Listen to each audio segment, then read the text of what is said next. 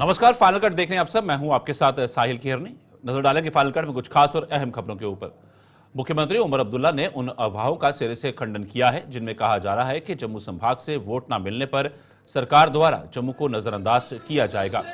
मुख्यमंत्री ने कहा कि वह पहले से ही कहते आए हैं कि यह सरकार कश्मीर के साथ साथ जम्मू की आवाम की भी सरकार है और दोनों खित्तों के साथ एक जैसा व्यवहार किया जाएगा। मुख्यमंत्री का पदभार संभालने के बाद आज पहली बार जम्मू पहुंचे उमर अब्दुल्ला ने पार्टी कार्यालय में अपने संबोधन में ये बात कही। मुख्यमंत्री ने कहा कि ये सरकार लोगों की उम्मीदों पर खरा उतरने के लिए प्रतिबद्ध है और इसमें कोई कसर नहीं छोड़ी जाएगी। सरकार हर वर्ग के लोगों की परेशानियों को दूर कर हुकूमत व अवाम के बीच दूरियां हर हाल में कम करेगी। इससे पहले मुख्यमंत्री उमर अब्दुल्ला के जम्मू पहुंचने पर पार्टी नेताओं और कार्यकर्ताओं ने उनका जोरदार तरीके से स्वागत किया।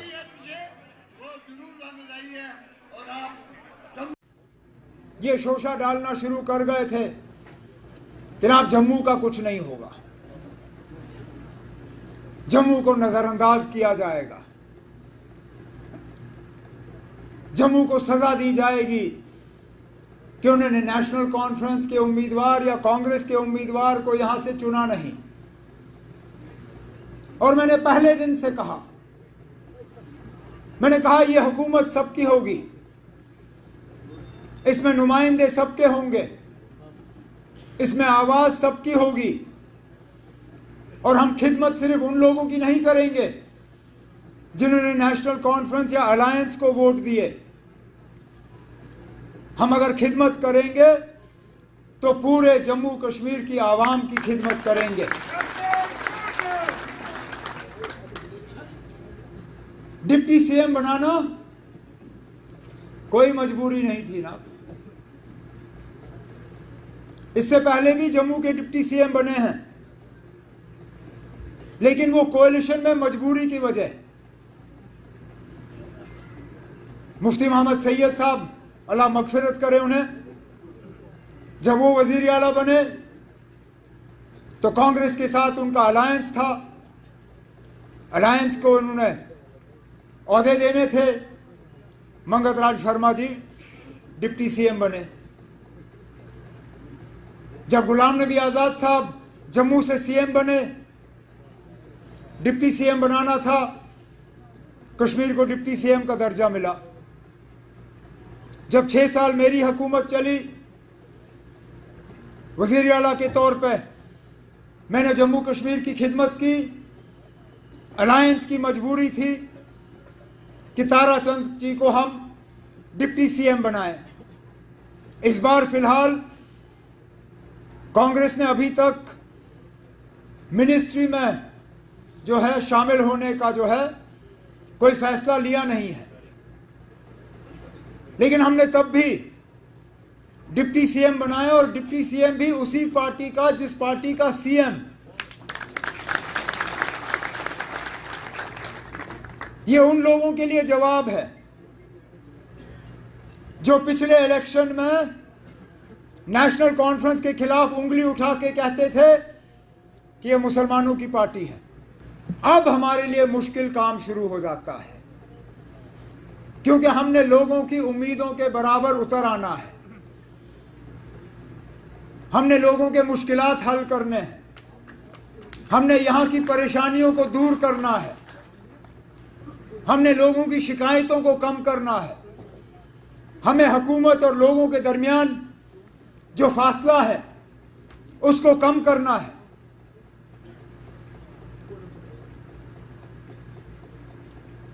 अब सदोत्रा साहब ने अपनी तकरीर में जम्मू के हवाले से बहुत सी बातें की कि ये भी मुद्दा है, ये भी है, ये लोग इस बात पे नाराज हैं, उस बात पे नाराज हैं। लेकिन मैं मजबूर होता हूं पूछने पे, ना ये नाराजगी पोलिंग बूथ में हमें नजर क्यों नहीं आई?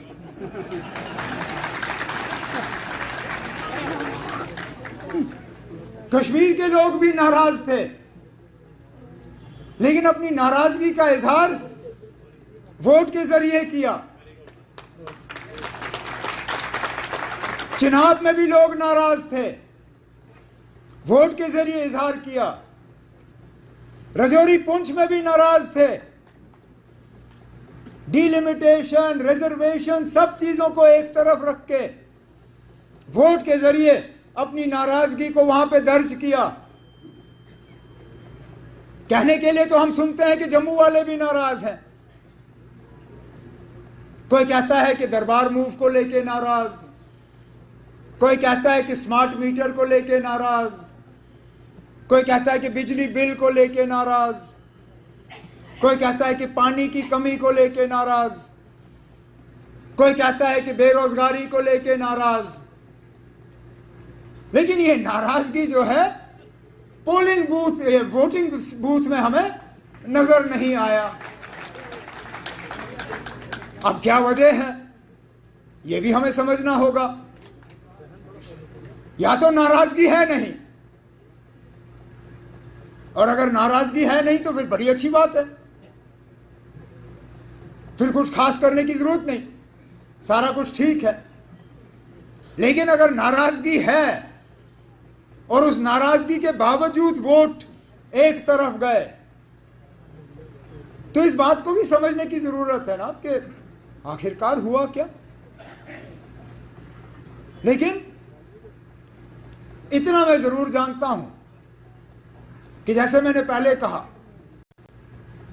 वोट पैटर्न पे जो है हुकूमत चलाई नहीं जाएगी।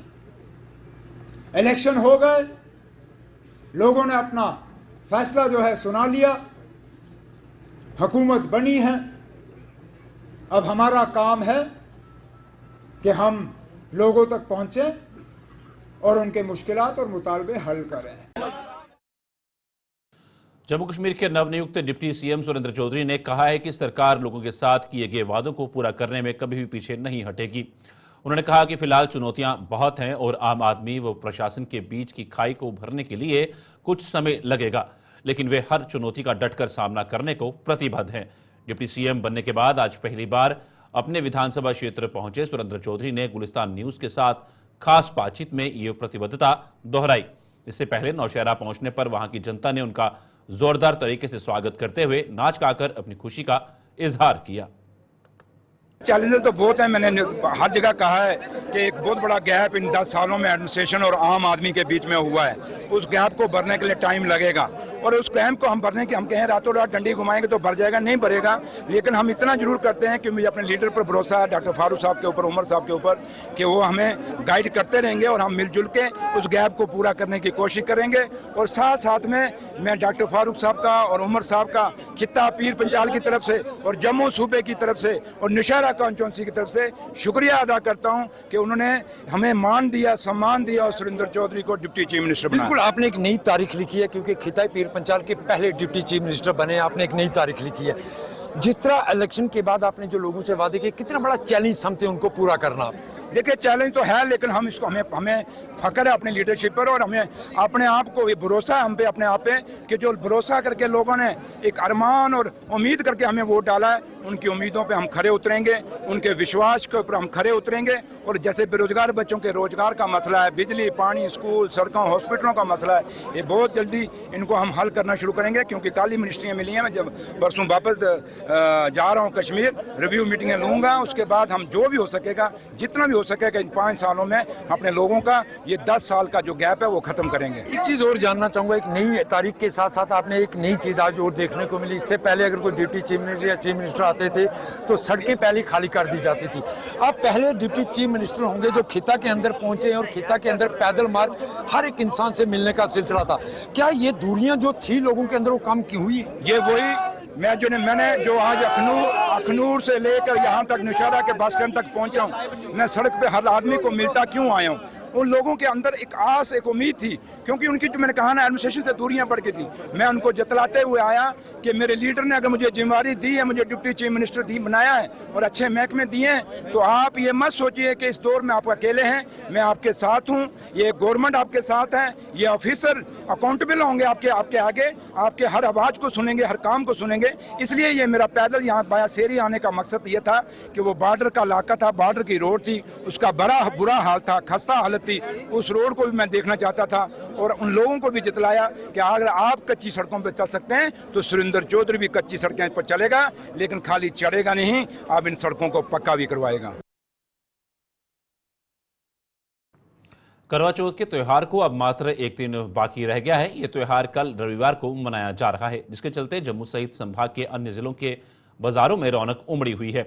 बात करें अगर जम्मू की, तो यहाँ त्योहारों की खरीदारी के लिए पुराने शहर के बाजार हमेशा से ही लोगों के पसंदीदा रहे हैं, जहाँ हर किस्म का सामान सस्ते दामों में मिलने पर यहाँ खरीदारों की भीड़ उमड़ी रहती है। करवा चौथ पर इन बाजारों में व्रत के सामान के अलावा कपड़ों व कॉस्मेटिक्स के सामान की बिक्री करने वाले दुकानदारों की चांदी हो रही है। और तो और मेहंदी लगाने वाले भी इन दिनों खूब चांदी कूट रहे हैं। कि बहुत ज़्यादा हमें एक्साइटमेंट है कि हम बाज़ार में आएँ और शॉपिंग वगैरह करें। ये हमारे लिए स्पेशल होता है, हमारे लिए ये त्यौहार। हाँ, और हमें बहुत मतलब कि खुशी है, तो हम मतलब कि बड़ी मन से आके इधर शॉपिंग वगैरह करते हैं। बहुत महत्वपूर्ण है भैया ये तो एक मतलब कि साल में एक ही होता है, मतलब कि त्यौहार ऐसा है कि मतलब कि महिलाओं के लिए कि मतलब कि बहुत अच्छा होता है ये। ऐसे ये रहेगा कि सभी लेडीज़ के लिए बड़ा मतलब त्यौहार होता है अच्छा।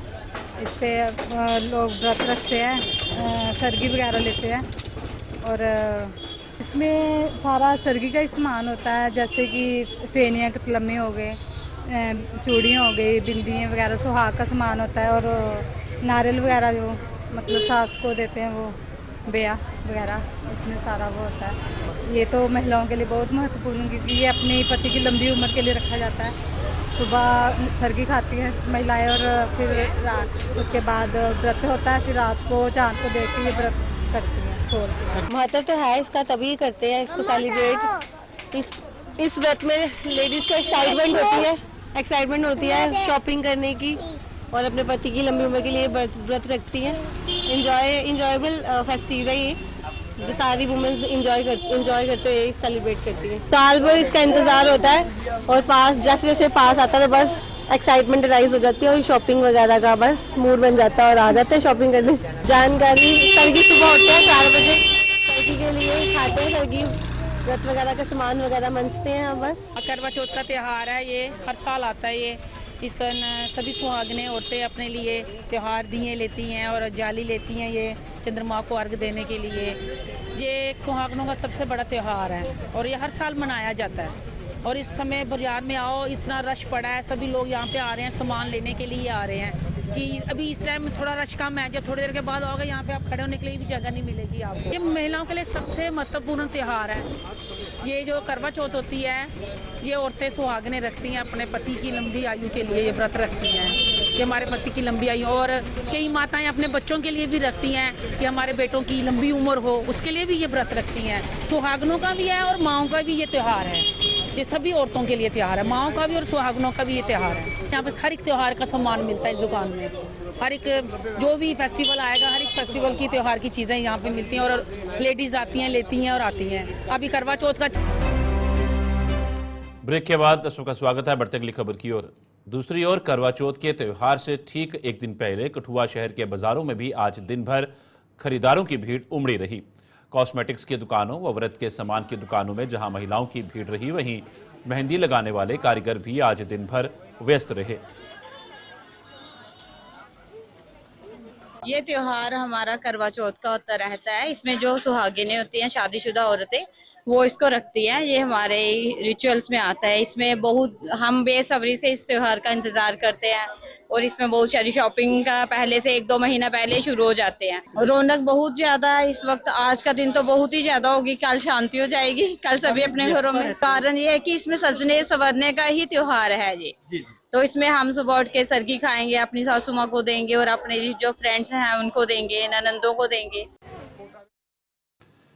त्योहारों के इस मौसम में म्युनिसिपल कमेटी जौड़िया ने नियम कानूनों का उल्लंघन करने वाले दुकानदारों पर नकेल कसनी शुरू कर दी है। इसी कड़ी में नायब तहसीलदार केवल सिंह की अगुवाई में एक टीम ने आज जौड़िया कस्बे का दौरा कर नियमों का पालन न करने वाले दुकानदारों और रेहड़ी फड़ी वालों के चालान काटे और भविष्य में उन्हें ऐसा न करने की चेतावनी दी। लोगों को अवेयर कर रहे हैं कि साफ सुथरा बाजार होना चाहिए, जो त्यौहार का मौसम है, गंदगी बाजार में बिल्कुल नहीं होनी चाहिए। और इन्होंने कुछ इलीगली काम किया, जैसे सिलेंडर वगैरह लगाए हैं, वो कमर्शियल सिलेंडर नहीं लगाए हैं, तो इसलिए उनको हमने चलान भी किया। सड़ी हुई सब्जी है जो, तो वो इनको अवेयर भी कर रहे हैं हम कि सब्जी जो है जो रेट लिस्ट भी लगाओ, इनके पास लाइसेंस भी है तो इनको बोलो कि लाइसेंस भी बना लो अपने, ताकि आइंदा आपके खिलाफ ऐसी कार्रवाई ना हो। तो भाई सारी सब्जियां वगैरह, फ्रूट वगैरह जो आता है, मतलब मिठाइयाँ बनती है, बिकती हैं, तो इसलिए उसको हम चेक करते हैं। जम्मू नगर निगम द्वारा कई सुविधाओं को शुरुआत की गई है। निगम द्वारा अब एक ऐप के जरिए जहां सैनिटरी स्टाफ की हाजिरी पर नजर रखी जाएगी, वहीं साफ सफाई संबंधी समस्याओं या फिर डेंगू व चिकनगुनिया के मद्देनजर किसी भी इलाके में स्प्रे और फॉगिंग संबंधी लोगों की मांग के लिए एक हेल्पलाइन नंबर भी जारी किया गया है। जम्मू नगर निगम के कमिश्नर डॉक्टर देवांश यादव ने आज इन सुविधाओं की शुरुआत करवाई और बताया कि निगम के अधीन आने वाले इलाकों के लोग सैनिटेशन संबंधी समस्याओं की शिकायत भी इस हेल्पलाइन नंबर पर कर सकते हैं। आज यहाँ पे एक यूनिक पहल की गई, जिसको हम लोगों ने फेस रिकॉग्निशन ऐप के थ्रू अपने सुपरवाइजर्स को अटेंडेंस ऑफ सैनिटरी वर्कर्स के रूप में देखा है, जिससे कि हमारे जितने भी वर्कर्स हैं वो कितने प्रेजेंट है, कितने एब्सेंट हैं, आप लोग ऑफिस में बैठ के यहाँ इंटीग्रेटेड कमांड कंट्रोल सेंटर में बैठ के उसको आप देख सकते हैं। सेकंड जो चीज़ है, हमारा एक हेल्पलाइन शुरू हुआ है 1800-180-7207। ये हमारा एक single helpline for all JMC problems है। सिटीजन्स जम्मू के जितने भी शहरी हैं उनसे मेरी गुजारिश रहेगी कि आप इस हेल्पलाइन का पूरा इस्तेमाल करें। आपको कभी भी डेंगू और चिकनगुनिया से रिलेटेड फॉगिंग या स्प्रेइंग करवानी है, आप लोग इस हेल्पलाइन पे कॉल करें। आपके एरिया में कोई काम हुआ है, सेटिस्फैक्ट्री नहीं हुआ है, आप लोग ऑनलाइन ग्रीवियंस नहीं डाल पा रहे हैं, आप इस नंबर पे नोट करवाएं। आपको अगर ऑनलाइन ग्रीवियंस या बाकी किसी जम्मू के ऑनलाइन पोर्टल से कोई परेशानी है, आपके पास ये नंबर हमेशा मौजूद है। ये नंबर ऑफिस आवर्स में हमेशा काम करेगा और किसी भी तरह की कंप्लेंट को लेने के लिए रेडी रहेगा। साथ साथ इसके आज एक जम्मू म्यूनिसिपल कॉरपोरेशन के लिए जो ऑनलाइन पोर्टल है, जो पिछले कई सालों से चल रहा है, उस पोर्टल को रीवैम्प किया गया है। उसको माय जम्मू के अंडर एक नए तरीके से पेश किया गया है। पुरगवाल में धान खरीदी केंद्र शुरू हो गया है, जिससे किसानों के चेहरे खिल उठे हैं। किसानों का कहना है कि अब ये धान की खरीद केंद्र में धान बेचकर अच्छा मुनाफा कमा पाएंगे। हालांकि खरीद केंद्र शुरू होने से पहले ही कुछ किसानों ने अपनी धान मंडी में पहुंचा दी थी और वो इसके शुरू होने का बेसब्री से इंतजार कर रहे थे। किसानों का कहना है कि कृषि प्रधान क्षेत्र होने के कारण विभाग को धान खरीदी केंद्रों की संख्या 2 से बढ़ाकर 5 करनी चाहिए। ਜਦੋਂ ਦੀ ਇਹ ਪਰਗਵਾਲ ਖੇਤਰ ਦੇ ਅੰਦਰ ਐਫਸੀਆਈ ਔਰ ਐਗਰੀਕਲਚਰ ਦੀ ਇਹ ਮੰਡੀ ਪਰਗਵਾਲ ਦੇ ਵਿੱਚ ਲੱਗੀ ਦੀ ਹੈ, ਆਦੂਆਂ ਦੇ ਆਪਣੇ ਸਾਡੇ ਪਰਗਵਾਲ ਖੇਤਰ ਦੇ ਜਿਹੜੇ ਕਿਸਾਨ ਭਰਾ ਨੇ ਜਿਹੜੀ ਕਾਫੀ ਜ਼ਿਆਦਾ ਇਹਦਾ ਫਾਇਦਾ ਹੈ ਔਰ ਇਹ ਟਾਈਮ ਸਿਰ ਇਹਨੇ ਲੋਕਾਂ ਦੀ ਮੰਡੀ ਦੇ ਵਿੱਚੋਂ ਜਿਹੜਾ ਵੀ ਪੈਸਾ ਐਫਸੀਆਈ ਦੇ ਥਰੂ ਜਿਹੜਾ ਵੀ ਹੈ ਟਾਈਮ ਸਿਰ ਇਹਨੇ ਲੋਕਾਂ ਨੂੰ ਮਿਲ ਜਾਂਦਾ। ਮੈਂ ਸਾਰੇ ਕਿਸਾਨ ਭਰਾਵਾਂ ਦੀ ਪਰਗਵਾਲ ਦੇ ਕਿਸਾਨ ਭਰਾਵਾਂ ਦੀ अपील करना चाहना भी सारे किसान भरा मंडी के अपना दाना नहीं है तो अपने टाइम सिर अपनी फसल का पैसा लीए तो अपना घर का कारोबार जो सही अपना चलाई सकन। पहला लोगों की दूर दराज क्षेत्र जाना पौंदा, इतों 30 किलोमीटर साड़ा मंडी है चन्नू चक लगी है, उत्थे लोगों जाना पौंदा। अज ये परगवाल क्षेत्र के अंदर मंडी लगने ने क्या कि काफ़ी लोगों की साढ़े परगवाल के क्षेत्र के लोगों की काफ़ी फायदा होया। आ चाहते हैं कि सारे किसान भरा इतना अपना फसल लिया तो आनिया अपने मौके का फायदा लैन और इस मंडी की सही चलान। और साथ में आपके माध्यम से मैं परगवाल और उसके जो सराउंडिंग्स हैं, जो नियर बाय उनके गांव्स हैं, उनको ये मतलब इन्फॉर्म करना चाहता हूँ कि जैसे ही आपकी जो अपनी फसल की कटाई हो, वो यहाँ पे आकर परगवाल मंडी में आकर अपना दान यहाँ दें। यहाँ पे एफसीआई की तरफ से फुल फैसिलिटी है। एफसीआई वालों की यहाँ पे मॉइस्चर नमी मापने वाली एक मशीन है जो कंप्यूटराइज्ड है, कंप्यूटराइज्ड चेक होगी। पैकिंग के बाद जैसे ही इनका माल डिस्पैच हो जाएगा, इनका बिल बनेगा, उसके बाद इनकी पेमेंट ऑनलाइन इनके अकाउंट में आएगी। सर किसानों को क्या करना पड़ेगा आईडी के लिए, जिनकी आईडी नहीं बनी होगी? आईडी के लिए रोहित जी उनको अपना Aadhaar card, ration card, bank account 16 digit की कॉपी जिसमें क्लियर बैंक अकाउंट हो, ज़मीन की नकल जिसमें क्लियर लिखा हो इनके नाम पे कितनी ज़मीन है, तो वो हमारे पास, और साथ में पासपोर्ट साइज फ़ोटोग्राफ लेके हमारे पास आएँ। हम उनकी जो आईडी है ये मैं उनको विश्वास दिलाता हूँ और आपके माध्यम से भी ये मैं कहता हूँ कि with in half an hour, मतलब आधे घंटे या 1 घंटे में मैं उनकी आईडी बना के उनके सपुर्द कर देंगे, उनको दे देंगे ताकि उनको फसल बेचने में कोई दिक्कत ना आए। कठुआ के किसानों का एक शिष्टमंडल आज जिला डीसी से मिला और धान खरीदी मंडी के ठेकेदारों पर उन्हें लूटने का आरोप लगाते हुए जोरदार प्रदर्शन किया। किसानों ने आरोप लगाया कि पहले तो प्राकृतिक आपदाओं ने उनकी फसलों को नुकसान पहुंचाया और अब मंडी में ठेकेदारों ने लूट मचा रखी है। किसानों के मुताबिक ठेकेदारों द्वारा धान की खरीदी में मनमानी की जा रही है, जिससे उन्हें सही मूल्य नहीं मिल पा रहा है। उन्होंने डीसी से इस मामले में हस्तक्षेप की मांग करते हुए ठेकेदारों के खिलाफ सख्त कार्रवाई की अपील की है।